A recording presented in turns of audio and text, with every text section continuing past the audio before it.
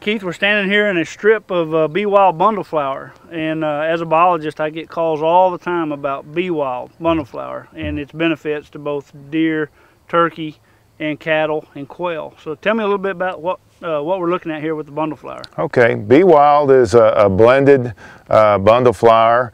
It's developed for the southern half of Texas on into Mexico. The difference between it is that it'll grow in the harsher, tougher climates down here. Illinois bundleflower has its place and purpose, but as the name kind of says, Illinois, it's farther north, and this was developed to work in the tougher conditions of South Texas, Central Texas on into Mexico. It's a perennial legume, so once it's established, it'll come back every year.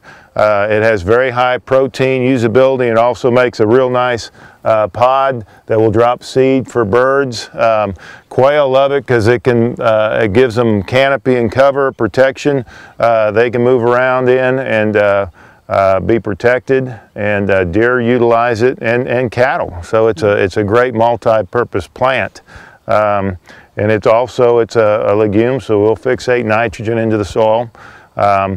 Typically grows from April until about October, and then it'll die off. What we're looking at are some strips. We put these in about 6 or 7 years ago, and basically we just put the strips in as wide as a broadcast cone spreader would throw, so they're probably about 10 or 11 foot wide.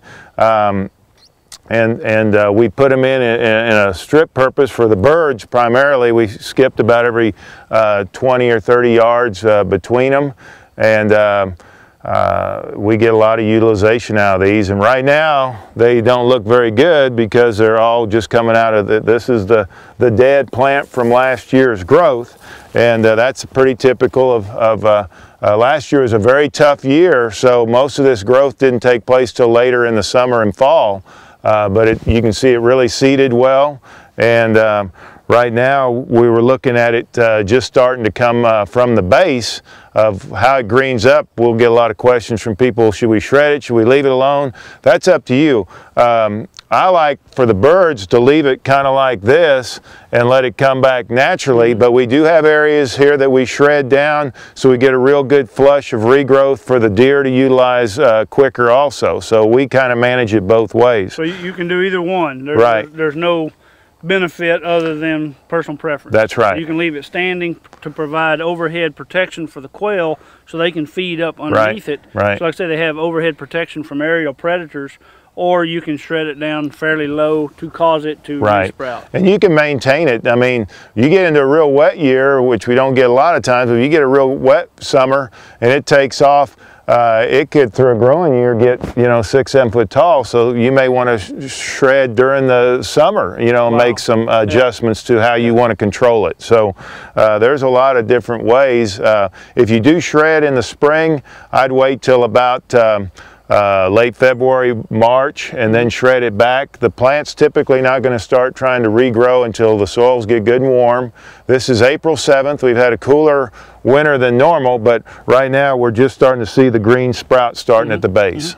Is there any soil preference advantages, disadvantages? Yes. The bee wild definitely likes a medium to higher pH soil. You really need about a 6, 6.5 pH. Likes heavier, mixed to heavier soils. Doesn't do real good in light sandy ground. So darker, heavier soil. Mixed to heavier with good pH. Now, if you have a heavy cattle stocking rate or a heavy deer density, how does that affect the growth soon after planting? Initially, if you can,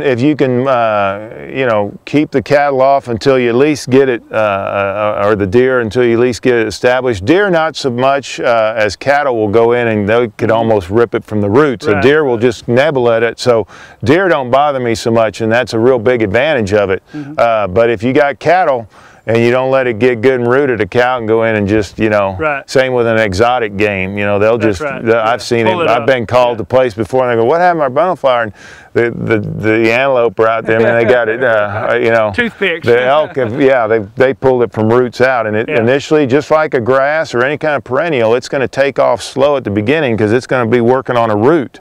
You may have a little sprout up here on top, and you get down, you got an 8-inch root.